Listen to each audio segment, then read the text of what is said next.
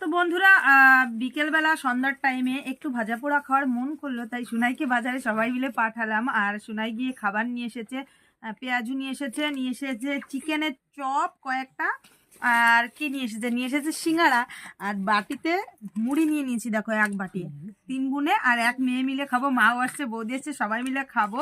তো চলো মাখিয়ে নিই। আর তোমরা কে কে খাবে চলে আসো আমাদের বাড়ি।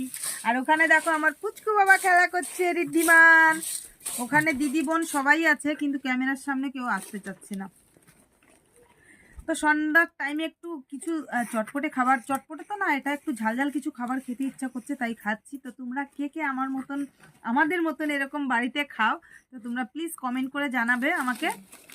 আর দেখো কতগুলো ভাজা পোড়া নিয়ে এসেছে আমার সুনাই, তো এগুলো দিয়ে সব এখন মাখাবো আর তারপরে সবাই মিলে খাবো।